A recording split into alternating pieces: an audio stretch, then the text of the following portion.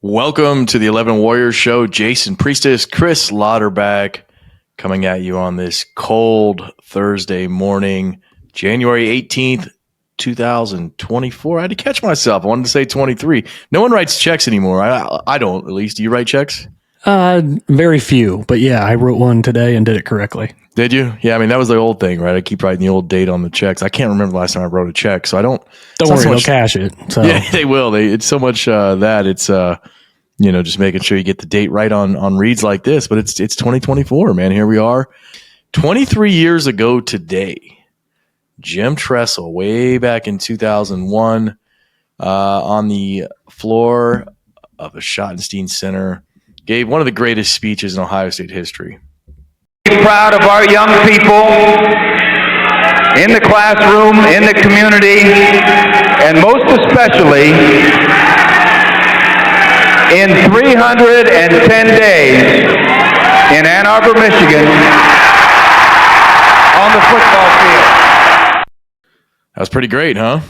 Yeah, what a moment. I actually was there. Not anything you were expecting, but yeah, hanging out way up in the 300 level. But yeah, it was sweet. It was one of those last minute deals, and then boom, that was the highlight. I don't even remember the game, but I remember that. Fans You'll be proud of our young people. You're like, where is he going? Yeah.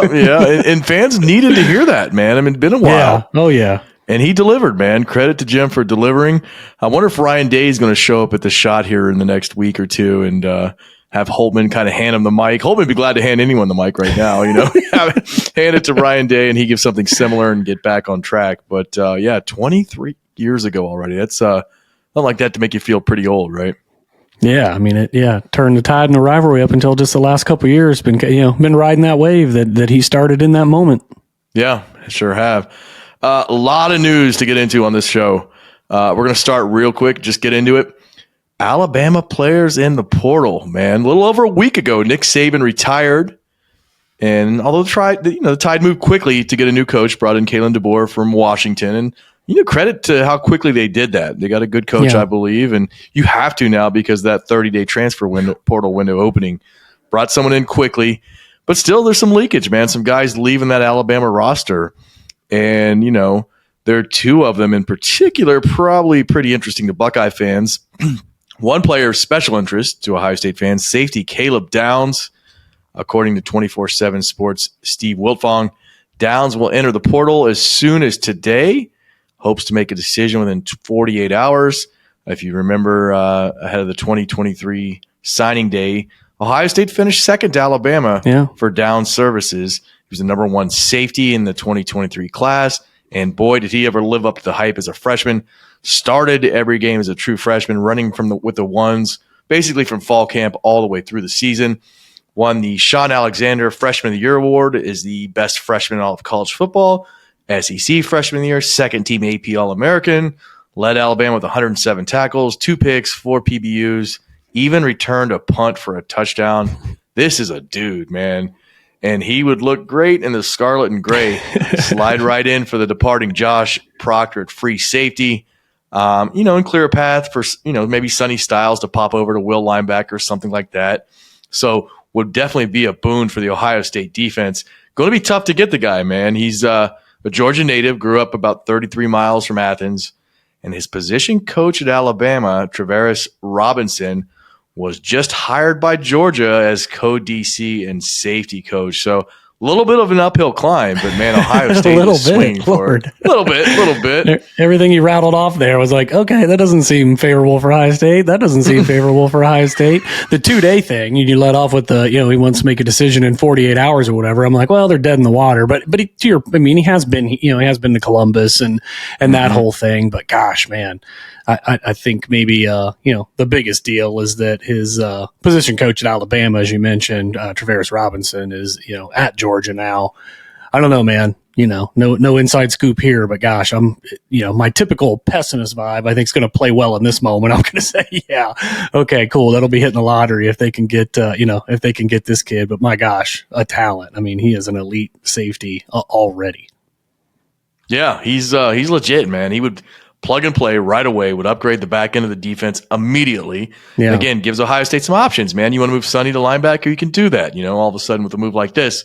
Yeah. I hope Tim Walton is hanging out in the northeastern exurbs of Atlanta right now and kind of prowling around and do your thing, Tim Walton. We're all hoping you pull this out because this dude, man, what a monster.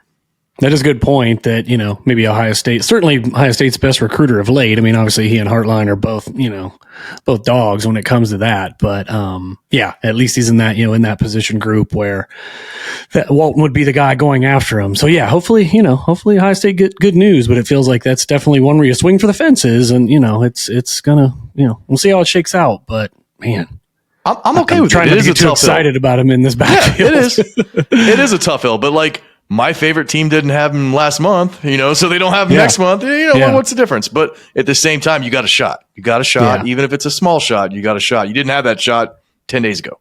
How crazy you think it is? Like I mean, you said Kalen DeBoer was hired pretty quickly, but it still feels like a little bit like this. Did this whole Saban retiring thing sneak up on Bama a little bit? It feels like they could have even been more, even more prepared to try to keep some of this. I guess I just didn't picture that at Bama. I know Saban is Alabama, but even when he announced, I didn't expect maybe this mass exodus. Some guys are going to move on, but I don't know. It caught me off guard. Maybe I'm just naive, but I just felt like, man, Saban would just be able to keep guys within that program, knowing that it's not like he's not going to be around ever. Yeah, he's not the guy. He's not the coach, but still the roots of the program and that kind of thing. It's not going to immediately not be, his footprint is still all over that place.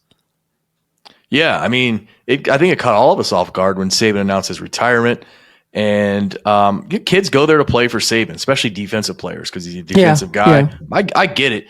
How would you like to be Georgia, LSU, Texas, some of these schools down there now that are going to, unless Kalen DeBoer gets it cranked up, they're going to feast, man. Like, if he doesn't get it going quickly, and retaining guys and bringing in the same types of classes that Nick, let's face it, he's not going to. If he comes close, I think that's a win. Getting classes, close to what Saban once upon a time had. Saban's one of a kind, man. You're not going to be able to just put a new guy in there and expect to get all the same kinds of players just immediately because of the Alabama name, which still is a big name and counts for a lot. But Nick Saban's Nick Saban, man. Yeah. No doubt. And I think DeBoer's a hell of a coach. I do, man. But at the same time, like, it's just not going to be the same. I mean, you're going to you're going to hope to do about, 90% of what Saban did recruiting and then call that a win. But if he stumbles and doesn't start getting guys and, he's a great coach, how is he his recruiter, man? Not the world's best recruiter at Washington, didn't have a beast class put together. Even as well as they were playing this year, their class was kind of mediocre. I don't know, man. Like, if I'm Georgia and LSU particularly, I'm really, really happy right now. I think someone needs to do something. Someone needs to hire Kirby, get him out of there too. Get Kirby in the NFL. Yeah, for sure. Frame Kirby for a violent crime or something. Like, get him out of Athens, because they're going to be a problem. With Saban gone, they're going to be a problem. Oh yeah, no doubt. I mean, it's already a problem. I mean, they already took their best position coach, probably an ace recruiter, and could bring Caleb Downs to them. But yeah, it's interesting because DeBoer himself is not a huge name, and a lot of these coordinators that he's bringing in are guys I think are respected for X's and O's and that kind of thing. But we'll have to see what kind of recruiting chops they have, because you're not really bringing in, Saban could at least bring in, even on these rehab tours, they were names that kids know, right? And maybe had NFL pedigree or high level elite college. They weren't at Indiana, they weren't at South Alabama or some of these places, right? Again, take nothing away from those guys, but you kind of have to prove yourself a little bit first, like Tressel did. Another guy entered the portal yesterday from Alabama, offensive tackle Kadyn Proctor, 6'7", 360-pound beast. Started all 14 games for the Tide as a true freshman in 2023. It's hard to start on that offensive line in Alabama as a true freshman. And anywhere. You could say maybe they weren't as good. Yeah, anywhere. Maybe they weren't as good this year as they have been in the past 15 years. And maybe that's true. But still, a lot of talent there, a lot of depth, a lot of coaching. To start all 14 games for them, was the number one offensive tackle in the 2023 class, top 10 player nationally in the class. Buckeyes would love to have the guy. Yeah, they could desperately use him. I think a tackle in the portal remains a goal. Obviously, if they can get Proctor, hey, that's a great thing. If they can't, then they're going to have to continue that search. But 6'7", 360, like you said. I mean, how many times Ohio State that happened, right? I mean, pace. I'm trying to think of any others, right? It's just a rare thing to do. And I saw his PFF grades. I mean, they were not awesome. He clearly got better, I think, as the season went along, but he had some bumps and bruises. Right. As you said, maybe some of that was, he's got elite talent, but he also started a little bit out of necessity. That probably isn't the normal, Bama formula. I mean, most programs, you just can't offensive line. It just takes a minute, right? I mean, it's no disrespect to the player. It's just a little easier maybe to plug and play at some other positions besides left tackle, for God's sake. So, he would be a huge get for the program. And, I guess it's going to, come down to, was he, Ohio State was on him before he selected Bama, right? Yeah, wasn't a finalist. The Buckeyes weren't a finalist for the guy.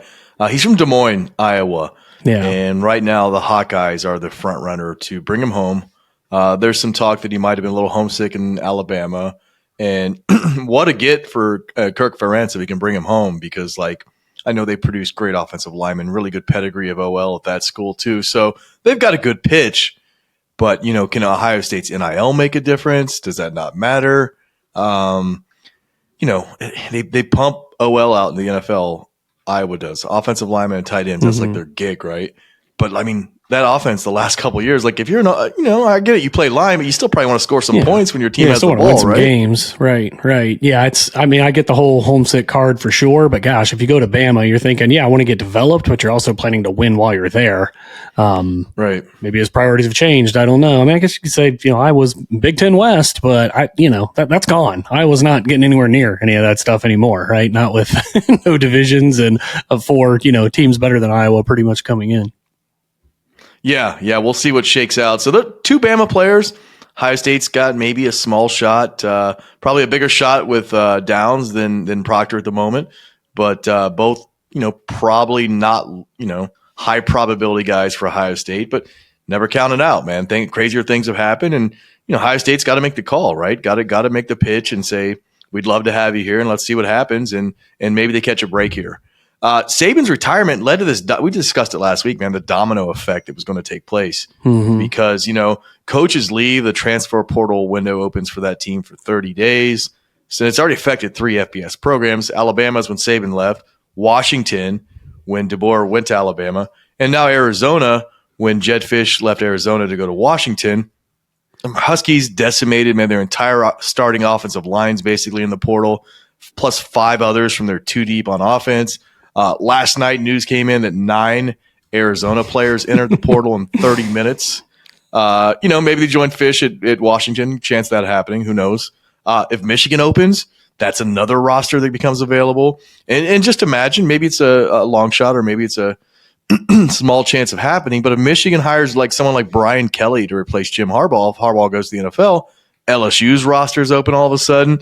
Someone takes the LSU job. So, I mean, we might see a situation in which 8 really good rosters open up this offseason for coaches and other programs. Kirby's loving this, man. Kirby, the guys that have really, Ryan Day, the guys that kind of have stable programs are just loving this. Yeah, it's 2024 college football, man. Recruiting never stops anyway, but it almost introduces, a different cycle every time one of these dominoes falls. And Arizona, I mean, the 9 you mentioned, I think he's taken just about all of his staff, I think, to Washington. So I would imagine that, a lot of those 9 could be on their way to UW. Yeah, and as guys in the business of content and sports content and things like that, want to thank these rule changes because this is the time of the year when things typically start to taper off a little bit. You have some basketball, you got some spring football, some mat drills, but nope, there's just madness happening right now. Something else I thought of, Chris, want to get your take on this. Does this create leverage, that portal opening, create leverage for coaches on the fence of getting fired, maybe coaches on a warm seat, a little slightly hot seat? Do they get a longer opportunity now because the administration might fear the fallout of losing their roster? They certainly could. I think if you're a mediocre coach, I'd wonder how stocked your roster is. So there's that piece of it, but it obviously would just depend on a case by case basis. There's teams with talent that don't win for other reasons, but I guess the flip of that too could be is that, there's a chance to make your roster better. By the fact that, okay, here comes another, 85 guys potentially that might be looking for a new home, but where do you have holes kind of thing. So, I don't think it hurts, that's for sure. But, like I said, if you're a mediocre program to begin with, it already feels like, okay, how attractive, might you be? But what's you posed the question. I'm curious your thoughts on it. At first I thought yes, but like, you're right. If you're 6-6 and you're, oh, should we give this guy one more year? You're probably not have a loaded roster, but every team's got a couple dudes. Like Auburn went 6-6. Yeah. Auburn went 6-6 last year. And you bring some guys who can play right away, right? Like if you're 6-6, that means somebody could transfer there and play now that's maybe blocked somewhere else, like let's just say Boston College, right? Halfley's there, obviously, but yeah, a lot of these guys that are backup corners at Ohio State may start there and be upgrades over the guys that they have now, and maybe that does get you a couple more wins. Yeah, have to see how it plays out over time. We talked about how the portal and the coaching changes and all this NIL is just madness right now. So big that Ohio State hired their 9th ever athletic director this week, and it's like the second item we're going to talk about on the show, man. We're talking about like 2 kids that are leaving Alabama that Ohio State would love to pry loose. But yeah, man, Ross Bjork welcomed at Ohio State. The hiring was announced Tuesday afternoon. Takes over for Gene Smith on July 1st. Yesterday, on Wednesday, there was a press conference. We'll get more into that in a second. But 51 years old, 4th stop as an AD. Is at Texas A&M since 2019, 2012 to 2019 at Ole Miss, 2010 to 2012 at Western Kentucky. Hired at age 37, was the youngest athletic director in the business at the time when he got to Western Kentucky. A lot of experience in development in athletic departments at UCLA, Miami of Florida, Missouri. He's from Dodge City, Kansas. Played fullback for mighty Emporia State from 1991 to 1994. Does have Ohio ties, and the release from Ohio State went to great lengths to kind of point that out in the release that, hey, this guy's got someone in his family from Ohio, because they know how important it is to people, right? Gene Smith's a Cleveland guy. You got to have that. Evidently, his mother is from Williamstown, Ohio, which is about 15 miles south of Findlay, and remains an ardent supporter of Tibittle per the release. Bjork, yesterday speaking at the press conference, said his mom posts more about Ohio State on Facebook than she does about Texas A&M. So shout out, Mom, for keeping the Buckeye fan in you, even though your son has a pretty high job at another Power 5 school. Again, known as a development guy, nearly doubled athletic department revenue at Ole Miss from $57 million to $117 million by the time he left. Helped lead efforts for Jimbo Fisher to sign that monster 2022 recruiting class at Texas A&M. Featured 8 5-stars, the highest ranked of any class in the modern era. Of course, the class, kind of disintegrated in the following years. I think 9 of the top 20 players from that class have since transferred or currently in the portal. So he's a money guy. He's we'll talk more about the presser in a minute, but really smooth, really smart guy, really sharp on his feet. Some criticisms, though. Everyone's got criticisms. 10-year, $95 million contract extension to Jimbo Fisher in 2021 that was fully guaranteed. And the moment that came out, everyone's like, that's kind of a dumb contract. Because Jimbo was all right, won a natty at Florida State, but wasn't cooking too hard at Texas A&M. And just fully guarantee the thing was kind of insane. So Fisher in November was fired from A&M. Got to just take home $57 million, which is like, you can fire me every day of my life if you're giving me a $57 million check. You can fire me on national TV and I'll take questions. You can roast me. You can drop me in a dunk tank. For $57 million, there's not a lot of things I won't do, right? Yeah, he made out just fine. He's living a good life now. I felt like he at least, hit that kind of head on, right? As far as what goes into those types of decisions and who all contributes to that decision. I kind of got like a vibe that, there's probably some of that at Ohio State too, but I kind of got a vibe of the AD at Texas A&M is kind of like the NFL commissioner, where you'll get to make some decisions, but really you're going to be the guy out in front, and we're going to tell you what to do sometimes. That way, if they don't go right, you're going to be the one that falls on the sword. Yeah, a lot of oil money making moves down there. Fisher, of course, went 19-15 at A&M after that extension. So kudos to Fisher for get in the bag in the most underwhelming way possible. But again, hats off to Fisher there. Some other criticisms. Texas A&M slid in the Directors Cup standings under Bjork's tenure. Pretty much every year they went down. And, I love the Directors Cup. It's a big deal of, a big point of bragging for athletic departments. But I'll also tell you something else is that I love football more than all the other sports combined. So if you get a guy and you slide, let's just gameplay this out.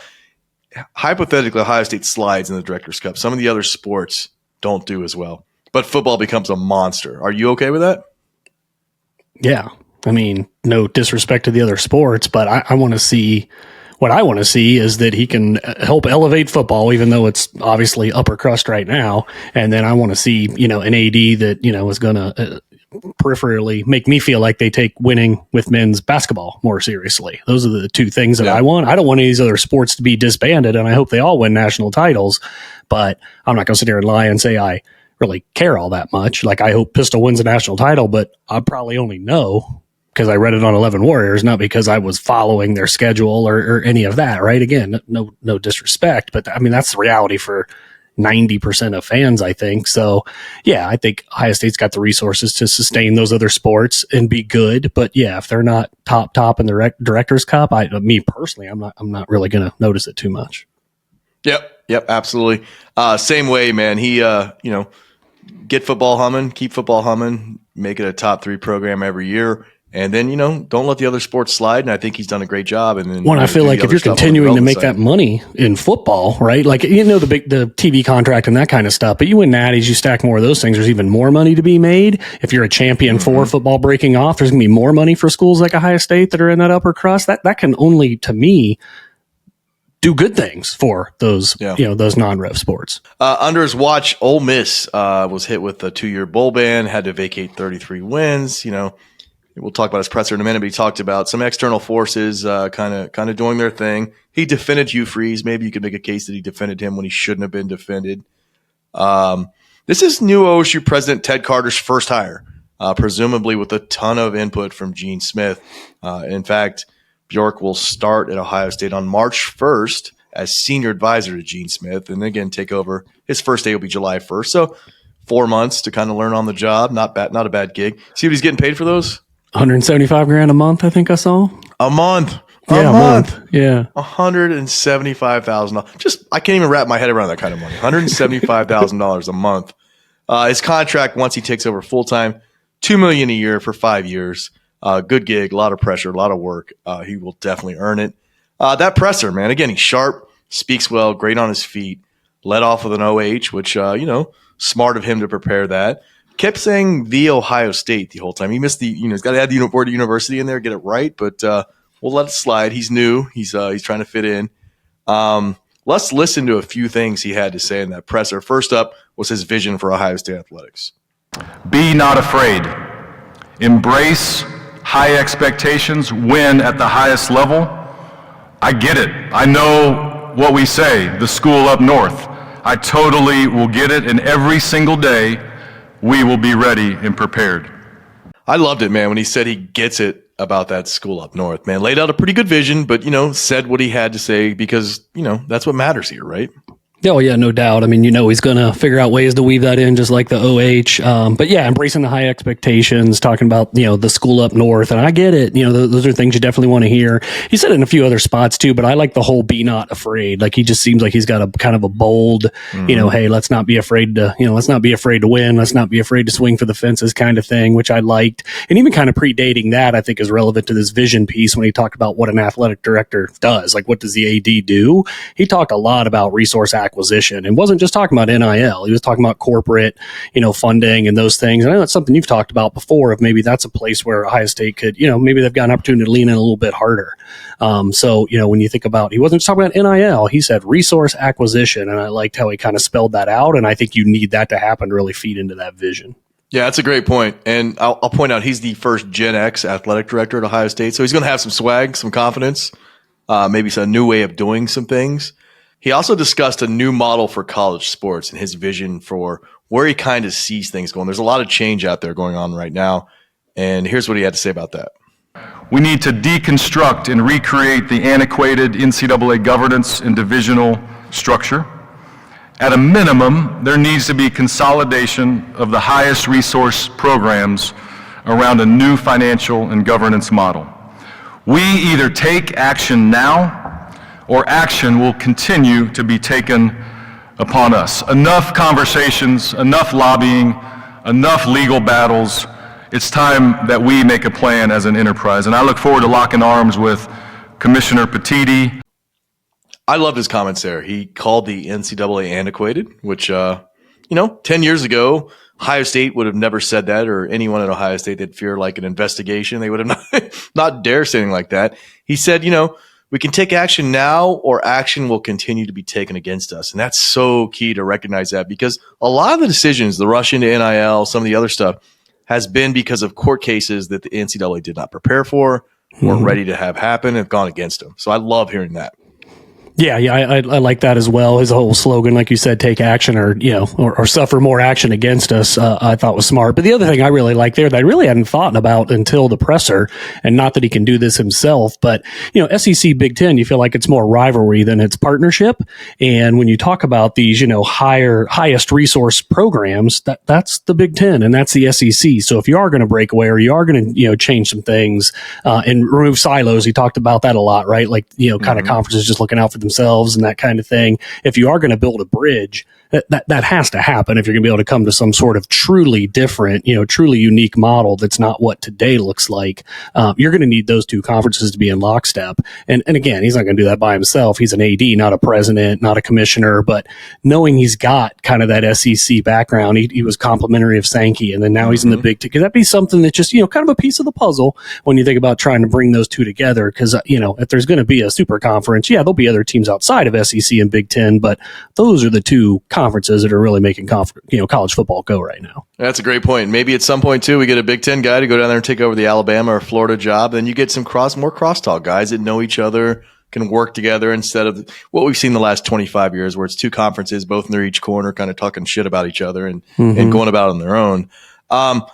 His vision, man, the NCAA being antiquated, wanting to be of action instead of action against.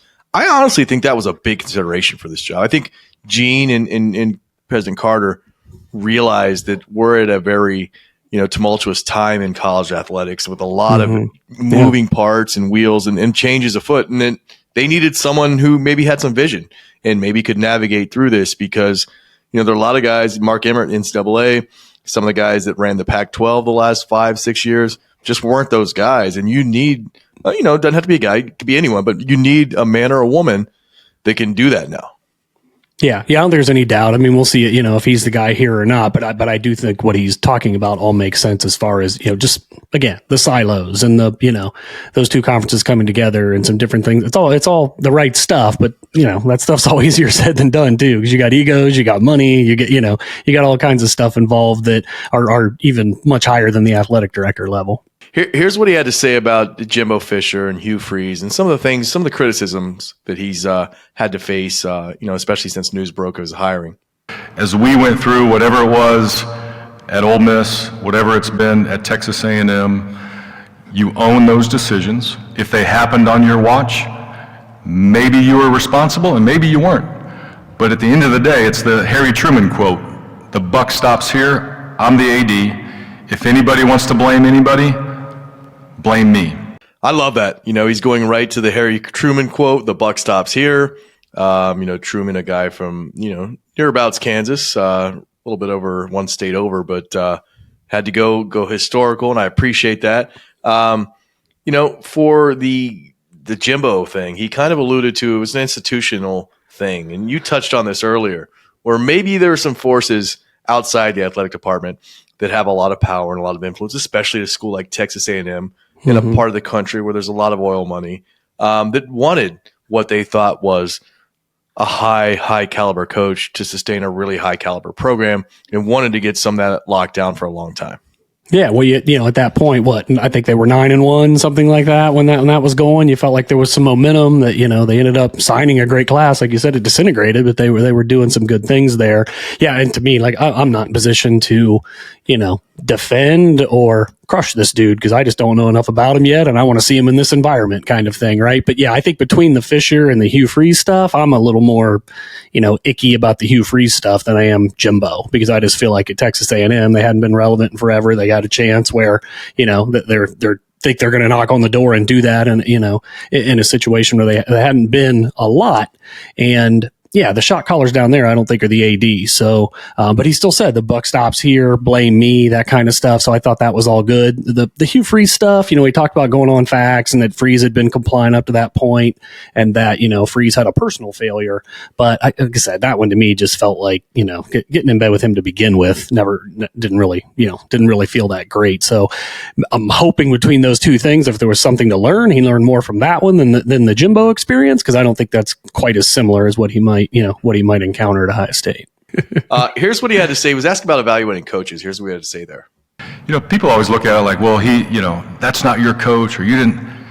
It's the institution that comes first. So I'm going to lean in on Gene over these next 5 to 6 months. I'm going to understand the dynamics and the culture. The number one thing that I can do is get to know the people, because that teaches you about the culture. Before you come in with some wild game plan, or I've got this and this is going to be a magic bullet for whatever it might be, it doesn't work that way. You have to get to know the people, you get to know the place, which teaches you the culture. So I'll learn a lot from Gene. And then eventually, it's me. I'll formulate my decisions, and there's lots of ways to evaluate coaches. What I'll do first is get to know them. Are there any barriers to success? What are the challenges right now? Is there momentum in the program, in whatever categories those might be?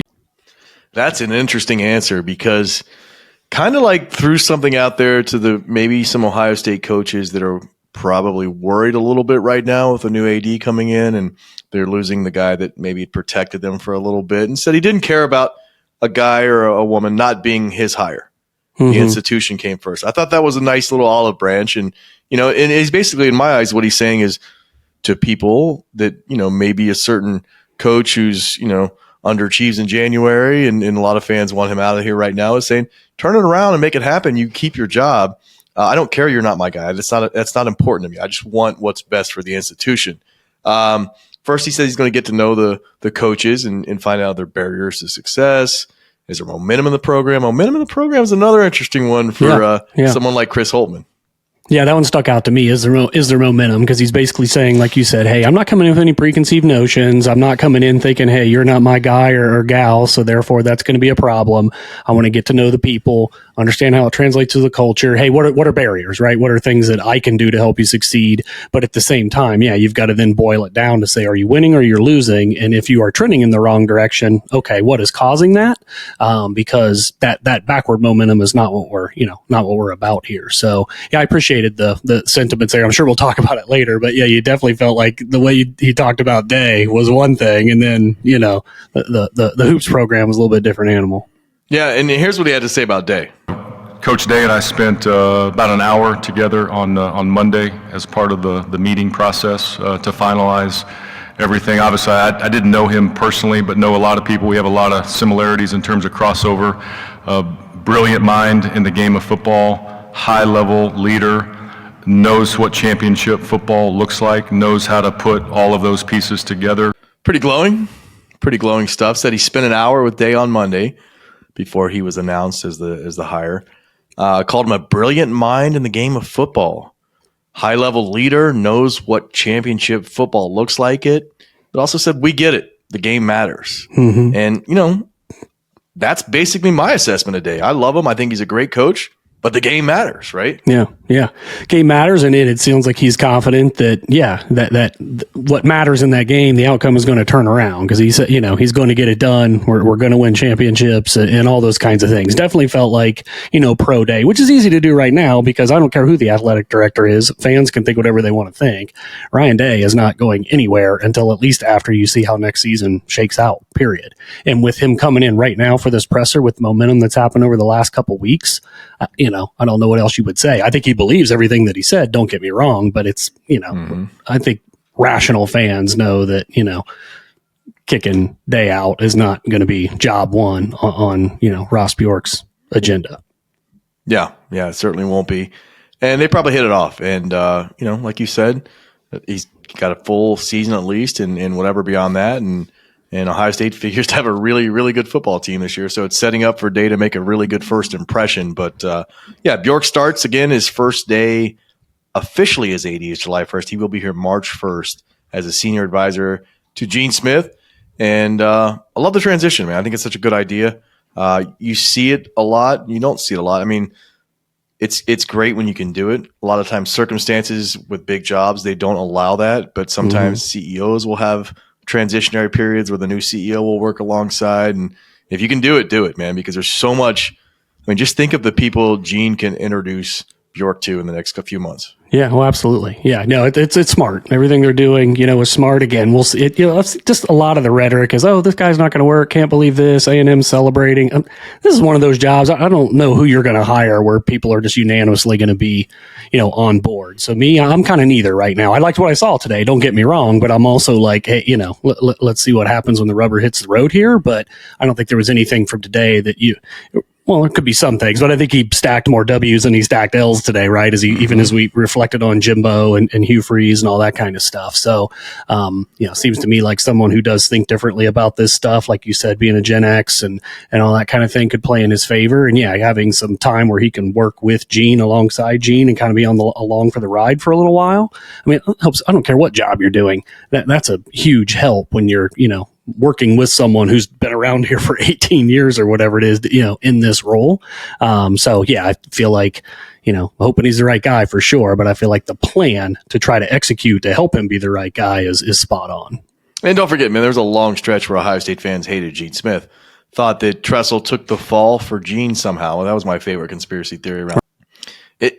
To me, it's hard to evaluate athletic directors' work. You have the public hires and who they put in the key roles to lead your football, your basketball, your marquee programs.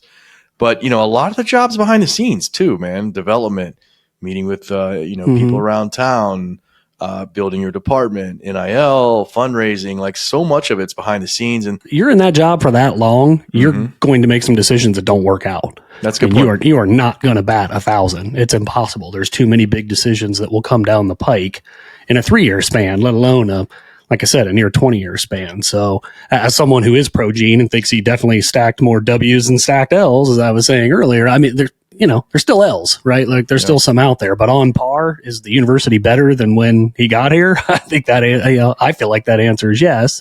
And we'll see, what happens with Bjork as we move forward. Yeah. And I'm glad you said that because you are going to have some decisions that aren't great. I mean, with any job, with anything that long, with any type of job that comes with a lot of big decisions. I also think too, we live in an era where it's hard to launch new brand names, new products, to make hires because being a hater plays, just being negative and hating things and the outrage and all that stuff. It just, it plays more than could you imagine some famous name brands if they came out today, people would clown the heck out of them. It's just harder to do that now. So if you're going to hire an athletic director, 1982 is probably the best time to have done it. When you have the next day's newspaper writing a couple graphs on what was said in the presser and that's it. Then you move on with your life and you go home and you watch Family Ties or whatever. But today, man, people can just sit there and roast it forever. Yeah. Yeah. And when you're dissecting all of it, like you said, I mean, it's a 24-hour news cycle. So you're looking at every single decision. Some of those would have never even made the paper or made the news back in the day. Yeah. Column with requirements. You have so many words you can fit into print. But everyone's got takes, man. It's a wild era we live in right now where, pretty much every asshole on the planet can shout at every other asshole at the same time. And, let's get through it as humans and figure it out. But speaking of some dicey stuff, some turmoil, Chris Holtmann, man, is running into January yet again as the Ohio State hoops coach. Bucks made it 3 straight losses with a 73-65 L in Ann Arbor on MLK Day. That's to the bottom feeding Michigan Wolverines, a really bad team. They've already lost 2 or 3 bye games this season. They're really bad. Bucks only had 4 turnovers, just shot 12% from 3 of 25 from 3. You're not going to win many games doing that. Wolverines went on a 13-4 run to close it out. And fans are pretty rightfully upset after that one. And he's so lucky he coaches the basketball program and not the football program, because like he would have been gone like 2 or 3 years ago if he coached the football program. Like, what do you say? Yeah, I don't think there's any doubt about that. I tell you what, I give him credit. He's a fighter. Like after the game, he knew what writers are going to be. He's like, I know you guys are going to write about a 3-game losing streak. Like, yeah, absolutely, because here it happens again, kind of thing. It's January and you can't win a game, but hey, the story's not over. Hey, there's the coaches believe, I believe, still a lot of players in that locker room that believe. So saying a lot of the right things, but it's just so tough. I mean, this team can just not close games. It got on that 16-0 run to get back in the game and take the lead, and then turn right around and give up a 13-4 run to close the game out and lose. But making shots has been a huge problem. I will say, I don't know if it's in his defense or not, I feel like they've gotten some decent looks, but Bruce Thornton and Roddy Gale are just not shooting worth a damn. And when that's happening, Ohio State clearly is not going to win a bunch of games. Thornton, 3 of 24 from 3 over his last 3 games. Roddy Gale, who, lights up West Virginia for 32, he's shooting 26% from the field overall in the 4 games since then, and is just, been a turnover machine most of the year, but it's also been pronounced during that, that 4-game stretch. It's just amazing, where I do put some of that at Holtmann's foot. Like you're talking about individual development here. Missing shots is one thing, but constantly turning it over and some of these other things are another, where you just can't get buckets late. So yeah, pretty painful stretch to end up being tied for 11th in the Big Ten standings with Michigan, right now. And, after that loss on Martin Luther King Day, dropped Ohio State to the first, like they're still in the first 4 in, like they're in the last 4 in basically in bracketology and in Jerry Palm. So they better start winning here pretty soon. Get to go see them play in Dayton to start the NCAA tournament. They keep this pace up. But this is a team. Well, I was joking. What one way to not lose to a 1 or 2 seed in the second round is to be an 11 seed. Play a good team early. You can't. You won't play them in the second round. This is a team that was 4th in the Big Ten 11 days ago, and they're 11th, tied for 11th in the Big Ten right now. 14 games left in the regular season. Penn State Saturday, who just beat a good ranked Wisconsin team, at Nebraska on Tuesday. They're 12-1 at home. I'm sure that'll be easy for Holtmann's dudes. He's 25-28 at OSU in the month of January, and that's his knock. They have a really good preseason. Get some hopes up, and then Big Ten play hits. You can't weather the storm.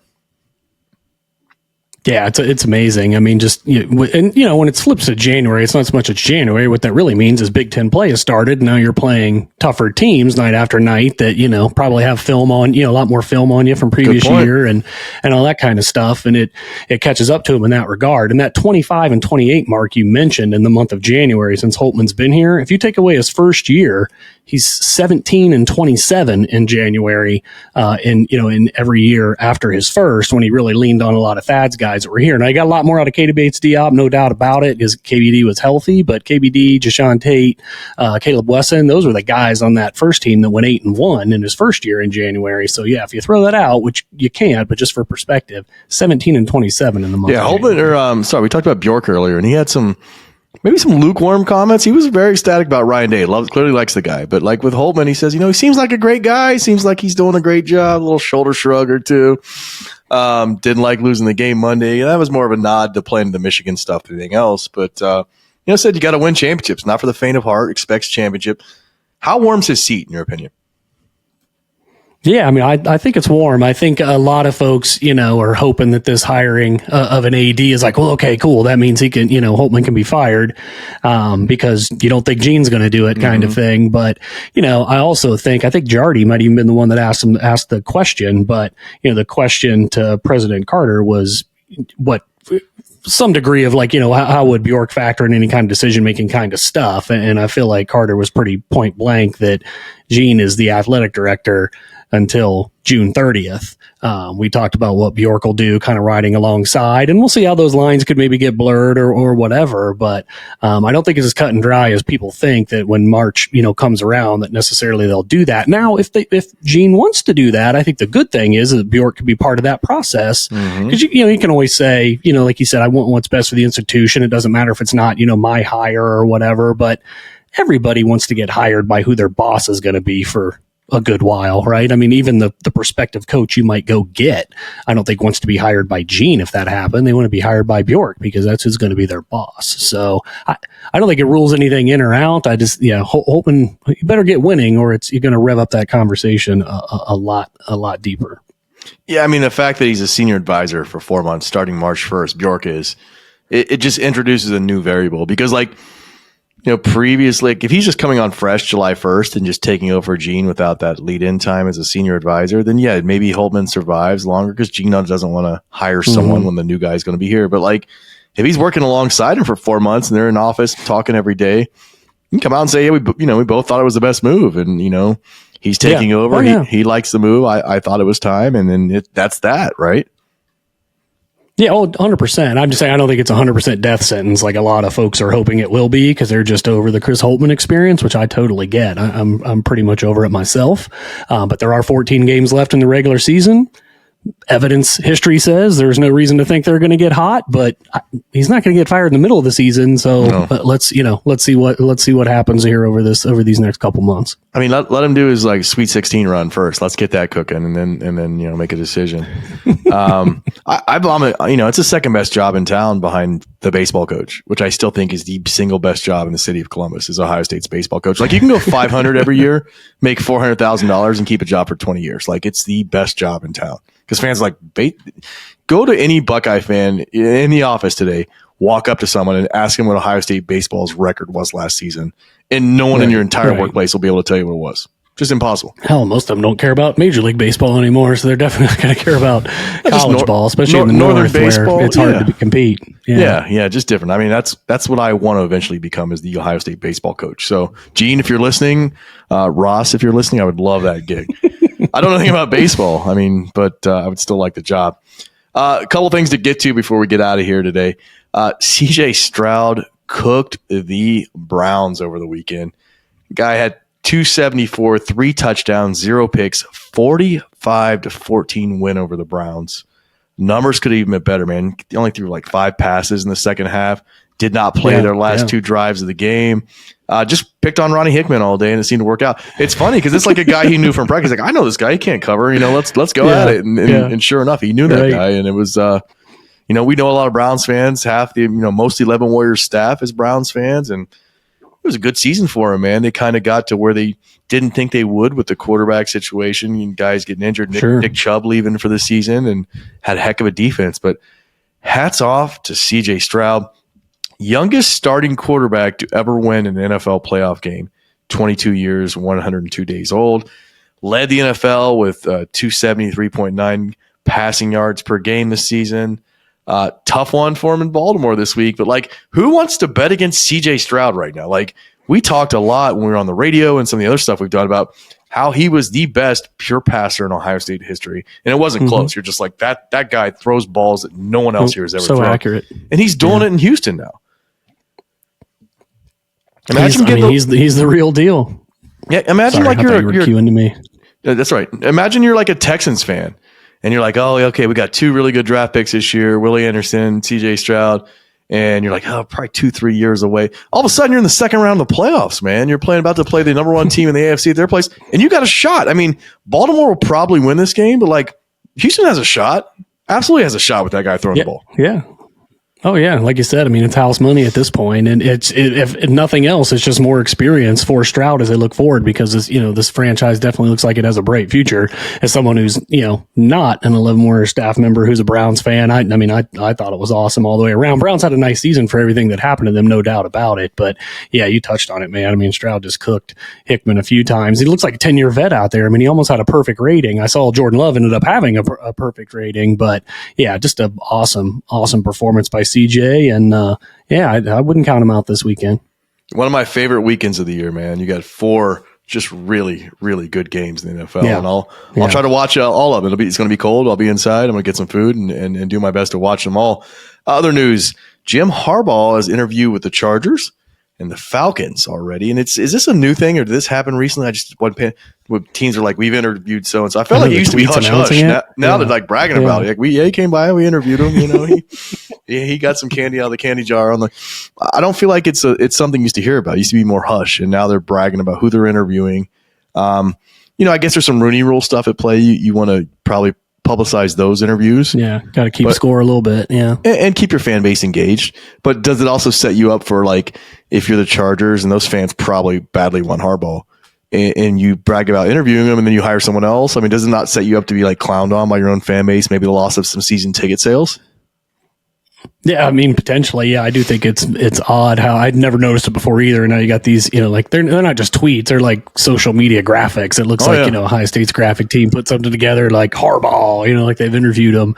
And yeah, if you do all that and hire some retread that's been a coach at 10 other places and never done squat, we're bringing in Jerry Glanville to do, then yeah, then it's like, okay, yeah, thanks for that tweet about a guy that maybe the fan base was excited about, but yeah, he's going out there and doing what he always does every year.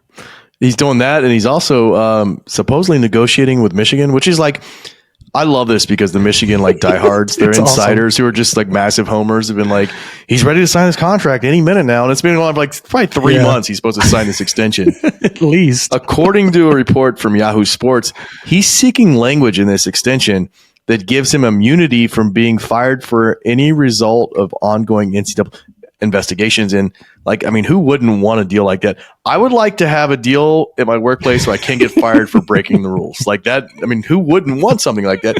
He also evidently hates Ward Manuel, the AD up there, and they've had long stretches without talking. He wants the ability, he wants to neuter his ability to fire him. He didn't want the AD to be able to fire him. It's like a 3-person committee to decide any termination down the road. He's got a lot of leverage, man. He just won the Natty. They went 15-0. He's built a pretty good program, and obviously he's interviewing with NFL teams. So could not possibly have more leverage than even with the 2 suspensions and the lingering NCAA investigation. He somehow has a massive amount of leverage. How's that work? Yeah, it's not one. Didn't even mention the $11.5 million a year that that they're dying to offer him on top of trying to figure out these other things. We know you cheat. The immunity Take our thing money. is just great. Yeah.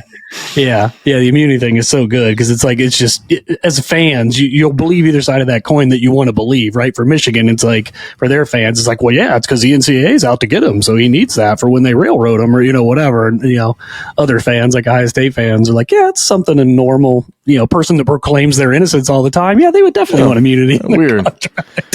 So it's pick one of those ends of the spectrum depending on your fan allegiance, and that's how you justify it to yourself.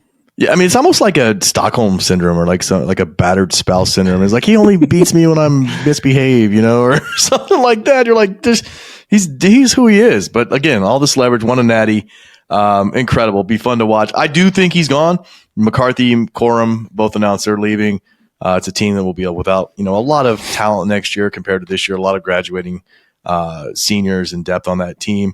Probably could go 11, be suspended for 8 games though, and the whole fan base would still be like, "That's okay." Yeah, they'd let him come. Jim, they'd let him come. Natty. They would let him come pee on their couch and then try to get his autograph. He can do no wrong up there. And credit to him for creating that environment because it wasn't that way 4 years ago, and he's kind of flipped it. And like I said, credit to him. Last thing, spring game announced for April 13th. You getting excited for that one this year? Oh yeah, it's always so exciting to watch it. I mean, the build-up is great. The build-up is great. And some Howard, some guys you haven't seen this at year. all. Last year would have been good, but Brown was hurt, so that kind of you're like hoping to see a little bit of a quarterback duel, and it didn't pan out. No, spring game's fine. It's easy to hate on it because the thud, you don't really see much football, but knowing you're going to get a look at Quinshon, you're going to look at Will Howard, you're going to look at Jeremiah Smith. Yeah, it'd be exciting for sure, right? Especially as you feel like the program is kind of you feel like rebounding from a couple punches of the face to end the season. Yeah, absolutely. Thank you so much for joining us, making us a part of your morning. We got a lot of big things coming still. At some point, we're going to have some artwork done. We can expand the show and turn it into a podcast and get some RSS feeds. That's taking longer than we'd like. We should just get MS Paint out and just draw it, and just run with something. But that's coming soon. Bear with us. We're getting there, but we're having a lot of fun, man. It's nice to be able to get on here and say some bad words we couldn't say on the radio. Yeah, absolutely. And the other nice thing is, we screw up, say something dumb, we can just edit it out because we're not quite doing this live yet. So not have that luxury either on the radio. Had to really watch what we said at every moment. But thanks for making us a part of your morning. Stay warm. Take care of each other.